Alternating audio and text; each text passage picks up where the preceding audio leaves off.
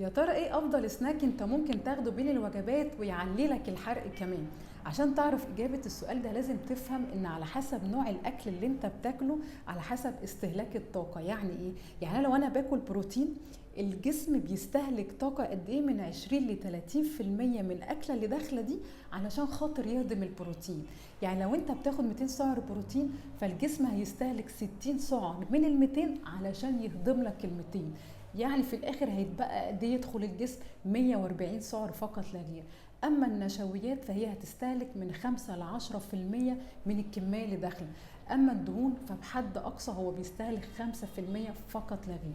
تفهم ايه؟ تفهم ان افضل سناك ما بين الوجبات هيكون البروتين رقم واحد، ثم النشويات اللي مش هترفع لي الانسولين، اللي يكون فيها الفركتوز اعلى من الجلوكوز والسكروز. يعني ايه بقى الفركتوز اعلى من الجلوكوز؟